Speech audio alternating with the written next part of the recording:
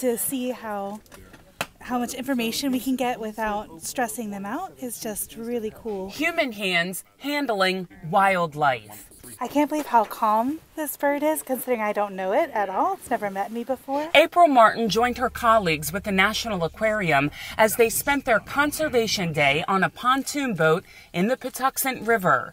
The breast muscle is building up. Naturalist Greg Kearns was their guide. They're a good indicator of the health of the environment that we're in. So that if there's Osprey, then that's a good indication that there's fish, and that if there's fish, then there's a good indication that the water's good, and water, like higher quality water, means that it's a good place for people too. They pick up these Osprey babies as young as just 4 weeks old who are taking shelter on one of the towers in Patuxent River Park. Look at the size of the tower. To really study them, you need to get your hands on them to really know about the bird's health conditions. And by studying, Greg Kearns has spent the bulk of his career, 36 years, banding the birds with aluminum bracelets that have a unique number.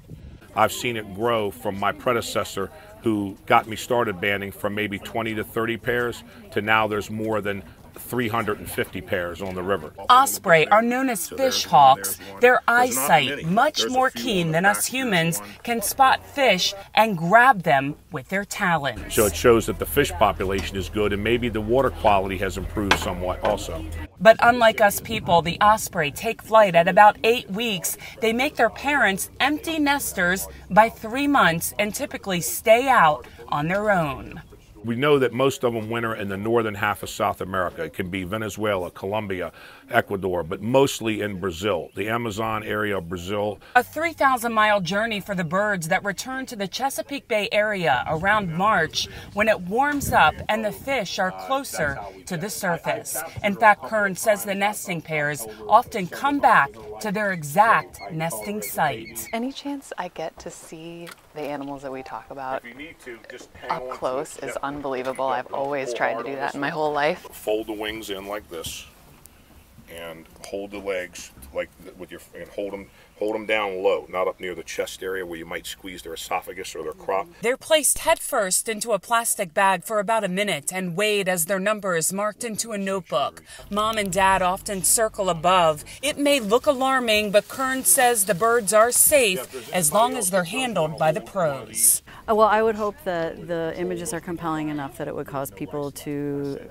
research what we're doing here. Before the trip, Kearns showed off the cameras that the public can see of the nesting towers. I still tag them today to see what this Patuxent population, how it's grown, what the survival is, where they're going from here, how long it takes them. What an eye-opening experience, but the Osprey banding trips have wrapped up for the season. You can look for them again next spring. The more we know about them, the better decisions we can make, and I really believe we can all work together and live on this world, all species, and all we just need to do is understand each other. For Chesapeake Bay Magazine's Bay Bulletin, I'm Cheryl Costello.